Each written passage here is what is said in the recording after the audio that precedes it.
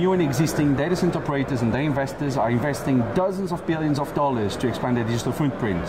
But is there a risk of oversupply? Joining me now at Kickstart 2022 in Amsterdam is Nigel Clarkson, Chief Property Officer, Stratus Data Centres. Nigel, you've got a massive plan, a massive broad plan ahead of things to build. But before we get into the company, is there a risk of oversupply in the market? Well, from our perspective, no. Of course, there'll probably be some markets that potentially, yes, there is. But if I look at the problems that we have in the data center industry at the moment, particularly power transmission problems, permitting problems, planning problems. You look at the moratoriums that some of the governments are putting in place, that has pushed back development, which means there is a demand, a pent-up demand. Once that supply actually hits, that's going to be soaked up. A lot of the tier 2 and tier 3 locations in Europe and also, of course, Asia haven't really been tapped at the moment. If you look at the Philippines, I think they have a total supply of 50, 60 megawatts. Yeah, that's nothing. And I think the population, million or something. Yeah. So there's so much pent-up demand and will be demand. I mean, we have heard in Taiwan that many of the hyperscale groups have bought their own sites ready to actually deploy in those markets. So I think it is market by market, but I think given COVID, coronavirus, supply chain issues, transmission issues, I really don't think there's going to be an oversupply. Okay.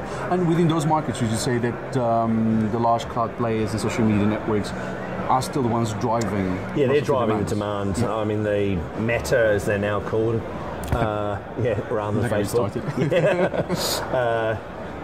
Google, Amazon, Microsoft, Oracle, the old days of IBM, Fujitsu, those sort of groups, they really don't seem to be in the market anymore.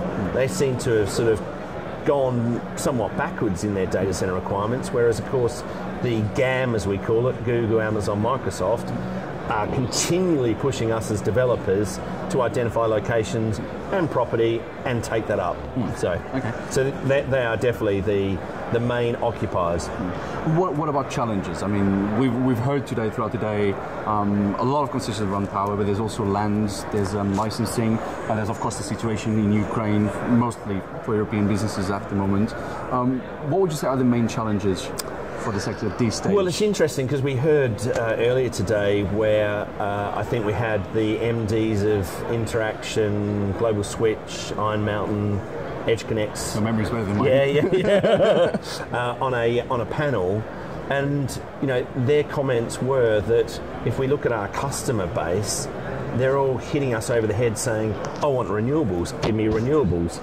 It's not easy to find a piece of land with a solar farm, or of course a wind farm, or wave, whatever that is, that you can grab hold of. Fortunately, of course, if you look in the Nordic countries, they've got a lot of hydro. It's cheap hydro as well, so I think there might be a shift to, of course, those countries. But identifying those locations where you've got a renewable close by, and of course land, those two just don't meet at times. Okay, and now let's start moving more into the Stratus conversation. So you're backed by EXS Capital Group. Yeah. It's a tongue twist for me, I don't know why. EXX. There's an internal joke if you want to know it, because if you look at those three initials, it spells something else. I know, if you flip the letters a little bit. But do existing investors have kind of the same expectations when it comes to returns over the next 10 years as they used to have previously? Well, I think if you look at my initial, one of my first companies I developed with the Kwok family, Hong Kong, Sun Hung Kai Properties. Their risk and return profile was very different back in 2001, 2002, compared with, that was way early.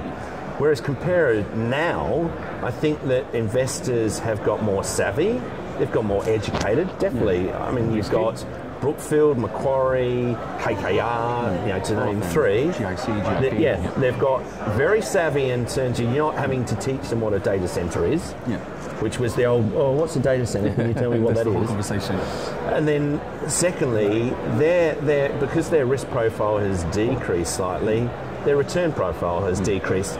Yields have also compressed, so your exit yields and multiples on both a PropCo and OpCo situation have decreased considerably. So it means there's, of course, more cash out, more profit out. Yeah, I mean, we have all the big guys that got just outbidded by the two big transactions last year with Size One and Corsight. Everyone that got outbidded at $6, $7, $8, $9 billion, and QTS. I forgot about that one. So everyone with $6, $7, $8, $9, $10 billion budgets. They're all asking, where should I put the money? But there have been a lot of people that have been left out in that. I could name at least 5 or 6 groups that were in those processes that didn't get, of course, one of those groups, and now it's like, right, where am I putting this money? So they're actually going down a step, and I don't see ourselves as down a step. We stay at the property level. We're not an operator, but it's pure property.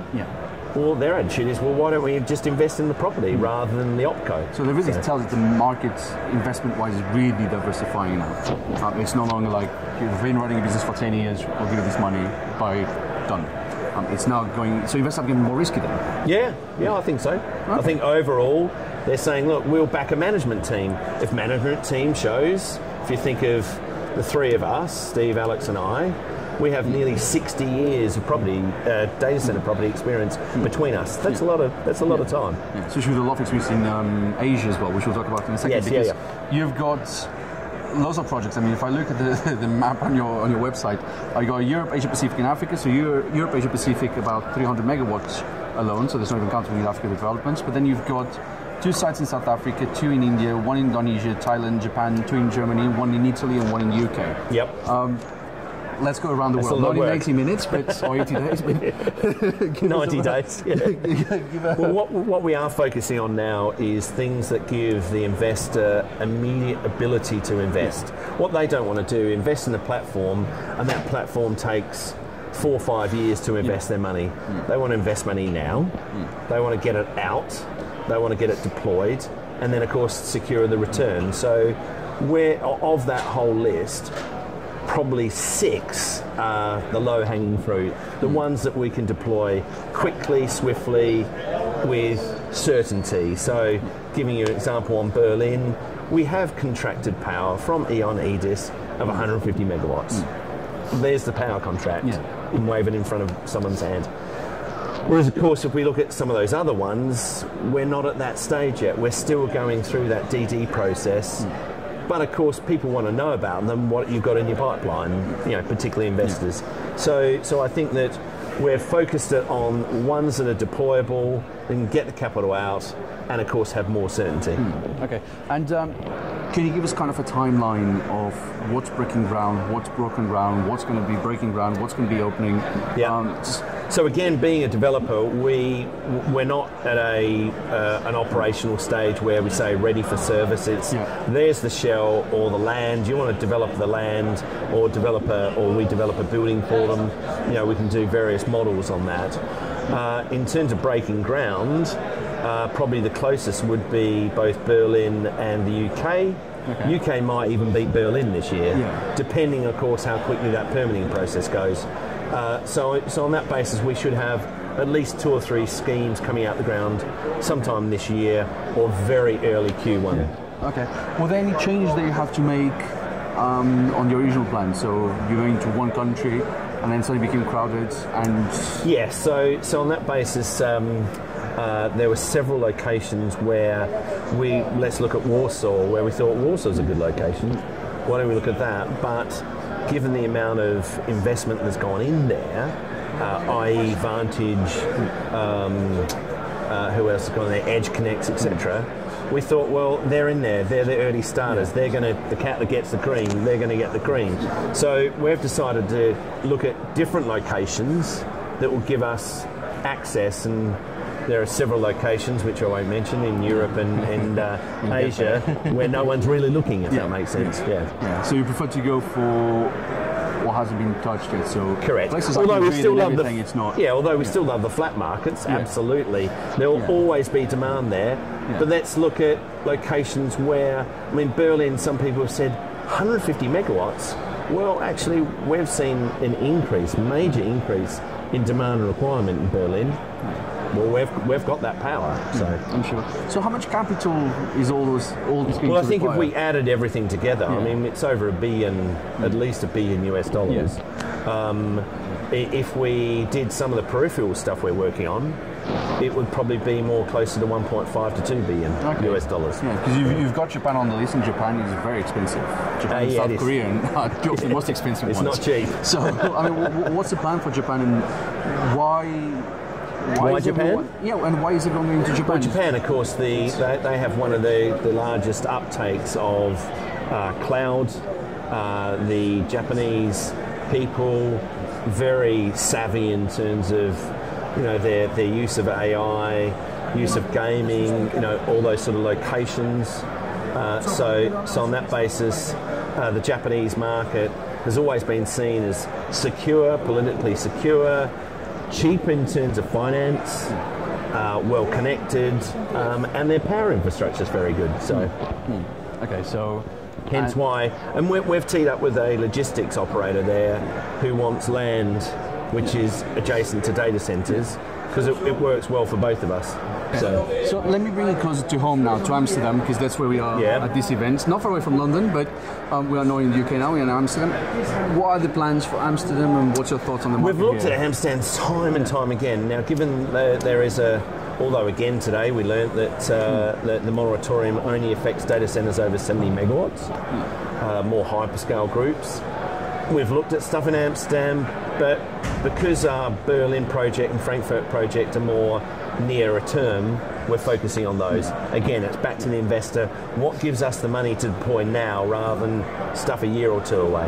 Okay. Nigel, so on the conference now, and apart from being great to see everyone else that we haven't seen in 2 years, and checking new hands and everything, what have you learned today that you haven't really heard before? Well, I think today, firstly, the Kickstart Europe, I mean, I attended probably the first couple, then of course we went into COVID lockdown. Networking with people, talking to people, you do learn a lot more. You can't really chat over Zoom. No. It's not a case of, I bumped into you, let's have a quick chat. This is much better than the Zoom. Yeah, absolutely. So the one thing that I am noticing is that people are talking.